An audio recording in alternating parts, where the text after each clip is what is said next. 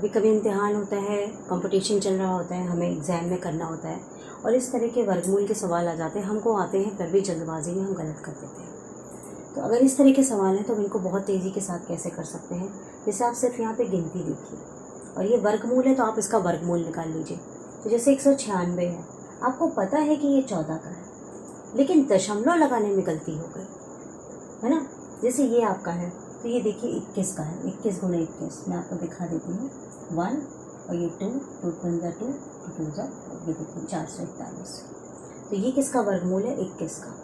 लेकिन ये हमको पता है, मतलब गिनती का हमने वर्गमूल पता है। ये मान लीजिए आपने निकाल लिया, अगर आपको नहीं पता तो भी आपने निकाल लिया। लेकिन अब ये इतने सारे दशमलव लगाएं और वो भी बहुत जल्दी के साथ कि हमारा सवाल ना गलत हो, तो हम उसके लिए क्या करेंगे। देखिए ये इसका है, मान लीजिए 21, ख़त्म होगी बात।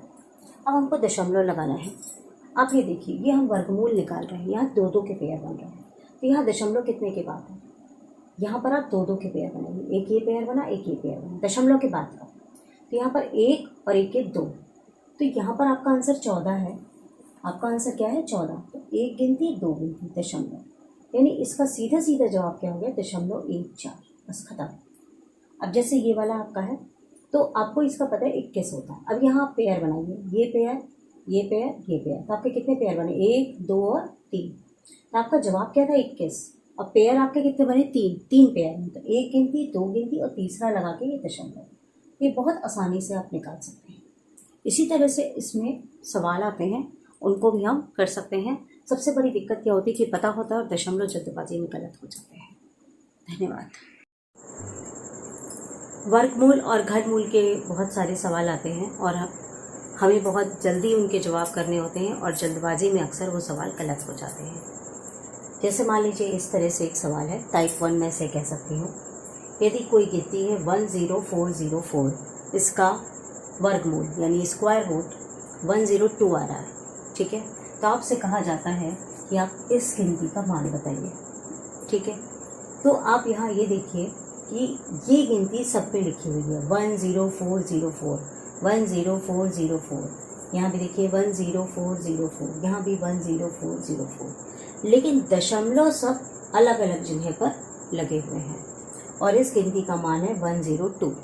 तो अब हम किस तरीके से इसको बहुत जल्दी से सेट करके इसका जवाब बता सकते हैं। तो आप ये देखिए, ये स्क्वायर रूट लगा है यानी वर्गमूल का निशान लगा है। वर्गमूल का मतलब होता है 2-2 गिनतियों की पेयरिंग। जैसे मान लीजिए आपके पास दिया हुआ है 25 का आपको वर्गमूल निकालना है।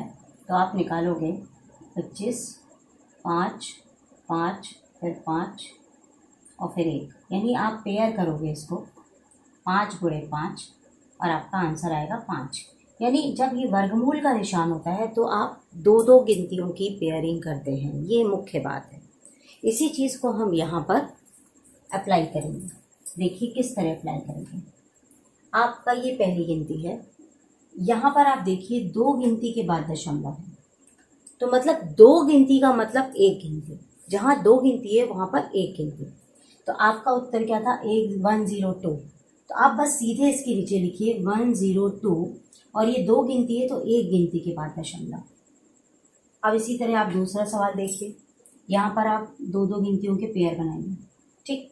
तो आपके कितने पेयर बने? 2 पेयर बन गए, एक ये वाला और एक ये वाला। फिर आप सिंपली यही गिनती लिखिए, लेकिन ये 2 गिनती बनी तो आप यहाँ पे 2 गिनतियों के बाद से दशमलव लगा दीजिए। इसके बाद अब आप इसको देखिए, अब आप समझ गए होंगे, ये आपने 2-2 गिनतियों का पेयर बनाया तो आपके देखिए 3 पेयर बने। तो आप यही 102 लिखिए, लेकिन 3 पेयर लगे तो 1, 2, 3 आप यहाँ दशमलव लगाएंगे, ठीक है। क्योंकि वर्गमूल में 2-2 का पेयर बनता है, इसी चीज़ को हम यहाँ पर अपनाते हैं। अब हमें ये मिल गया, हम आसानी से इसको जोड़ सकते हैं और अपना उत्तर बता सकते हैं। अब अगर किसी को दशमलव को जोड़ना ना आता हो तो वो भी मैं आपको बताने जा रही हूँ। 10.2 ये है, फिर 1.02, या मैं इसी के नीचे लिखती जाती हूँ, मैं इसको ले लेती हूँ 1.02। ये 10.2, ये दशमलव हमने इस दशमलव के नीचे लगाया, ये 2 यहाँ आ गया और ये 10 ऐसे हो गया। अब ये तीसरी गिनती देखिए, ये दशमलव यहाँ आया, दशमलव के बाद की तीनों गिनतियाँ हैं तो हमने ऐसे लिखा। अब हम इसको जोड़ देंगे, ठीक है, अब हम इस लाइन को हटा देते हैं। अब हम इसको जोड़ लेते हैं। जोड़िए, यहाँ पर कुछ नहीं है, ये 2 हो गया, ये जोड़ रहे हैं हम, ये 2 हो गया, ये 2 1 3 हो गया, ये 1 हो गया, ये 1 हो गया। इसका उत्तर ये है। तो इस तरीके से अगर ये वर्गमूल वाले सवाल हों तो हम करेंगे।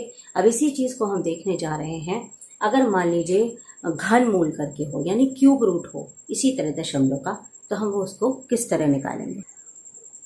अब आइए, यही चीज़ अगर वर्गमूल की जगह घनमूल में दी हो, देखिए यहाँ पर आपका 3 लिखा है, जैसे आपकी कोई भी गिनती है, मान लीजिए 343 है, लेकिन यहाँ पर अगर 3 लिखा है तो ये आपका ये कहलाता है घनमूल, ये कहलाता है घनमूल। अगर कोई इंग्लिश वाला बंदा वीडियो देख रहा है, इसको कहते हैं क्यूब रूट, ठीक है। तो यानी यहाँ 3 के पेयर बनते हैं, यानी जैसे अगर हम इसको हल करते हैं तो ये 7 से जाएगा, फिर ये 7 से जाएगा, और फिर ये 7 से जाएगा, यानी इसमें से 3 का पेयर बनता है। हम 3 बार 7 लिखते हैं और इसका उत्तर जो आता है वो केवल 7 आता है। 3 गिनतियों का पेयर बनता है। अब जैसे वर्गमूल में याद करिए 2 का बनता है और घनमूल में 3 का बनता है। अब इसी चीज़ को हम यहाँ पर अप्लाई करेंगे और देखिए इस सवाल का जवाब हम निकालेंगे। अब आप देखिए गिनती आपकी क्या है, 175616। देखिए सब में वही गिनती लिखी है और इसका जो आंसर है वो है 56। अब यहाँ पर हमको अप्लाई करना है। यहाँ देखिए ये दशमलव है और दशमलव के बाद ये 3 के पेयर है, दशमलव के बाद ये 3 के पेयर है, 3 गिनतियाँ हैं, तो 3 गिनती मतलब 1 पेयर। तो हमने अपनी ये गिनती लिखी 56 और यहाँ एक ही गिनती के बाद दशमलव, मतलब 3 गिनतियाँ जोड़कर 1 पेयर, क्योंकि ये घनमूल है, ठीक। और इस गिनती में हम 1 के बाद दशमलव लगाएंगे। अब यहाँ देखिए 3 के 2 पेयर बने, तो यानी हमने 56 लिखा और हम 2 के बाद दशमलव लगाएंगे। अब इसी तरीके से आप समझ गए होंगे।